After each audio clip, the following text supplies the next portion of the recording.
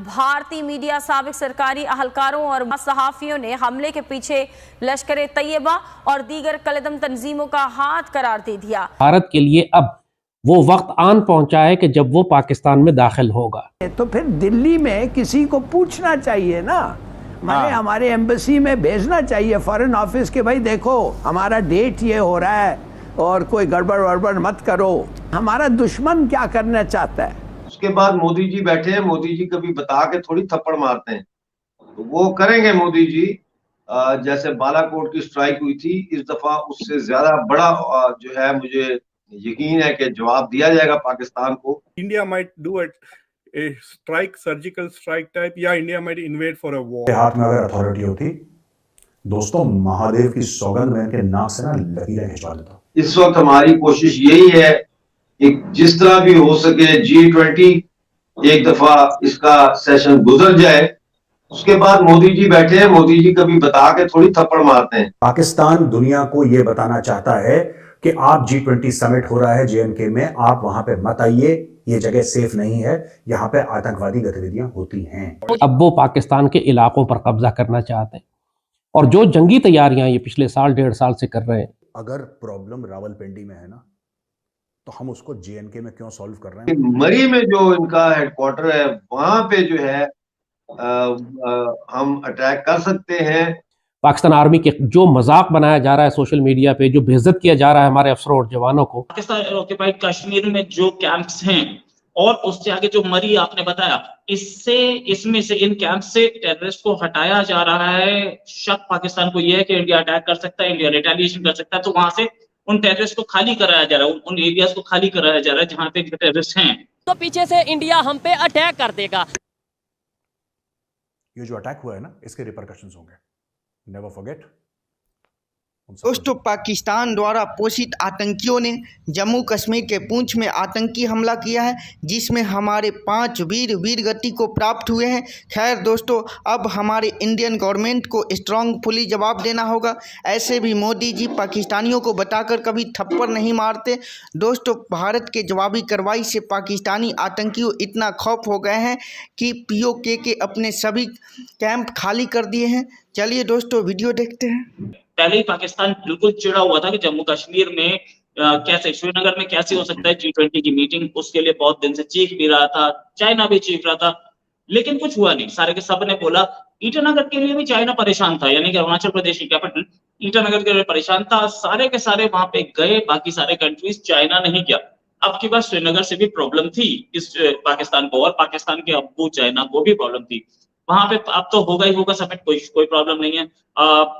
ये इसको insecure safe prove करने की, अनसेफ प्रूव करने की जो कोशिश है, इस पर इंडिया का क्या जवाब हो सकता है।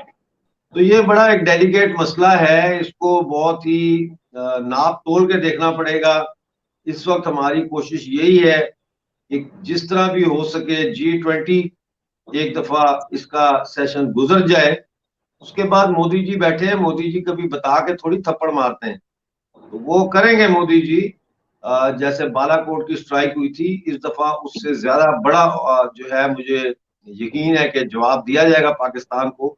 लेकिन इस वक्त जो है we are walking on a very tight rope and no hasty decisions can be affordable for India for that matter, क्योंकि वो तो चाहते हैं, पाकिस्तान तो चाहता है कि हम रिटेलिएट करें फौरी तौर पर और एस्केलेशन हो पाकिस्तान और इंडिया के बॉर्डर क्लैशेस में, और उसके नतीजे में जो है वो G20 को ये सैबोटाज करें। तो अभी ये है कि हमारी जो इंटेलिजेंस सर्विसेज हैं, अजीत डोवल जी की क़यादत में, वो भी आज बैठी हैं, मीटिंग हो रही है। उसमें तमाम टॉप के जो हैं स्टेक होल्डर्स और जम्मू कश्मीर के गवर्नर मनोज सिन्हा हैं, और जो दिलबाग हुसैन हैं जो वहाँ के IG, और वहाँ की जो दिलबर सिंह जी, और जो वहाँ के वो है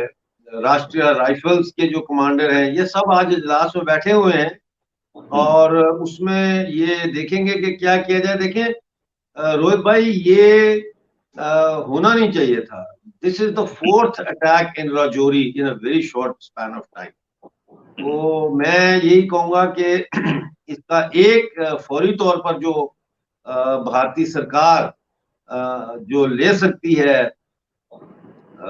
स्टेप, वो ये है कि जो ये घना जंगल है इसको काटना शुरू कर दिया जाए। देखें, ये तकरीबन 8-10 मील का जंगल है, एक तरफ से इसको काटना शुरू करें और तो कहीं और उसकी जगह दरख्त लगा के उसको कंपनसेट करें, और इस जंगल जो है इसको इस तरह से कॉरिडोर्स बनाएं इसके काट काट के, ताकि आतंकवादी उसमें जो है वो छुप ना सके। जंगल बहुत घना है, लेकिन ये बात नहीं है कि ये इसको काटा नहीं जा सकता, इसको बिल्कुल काटा जा सकता है और इसको लाइन ऑफ कंट्रोल तक इसको पूरा चटियल मैदान बना देना चाहिए।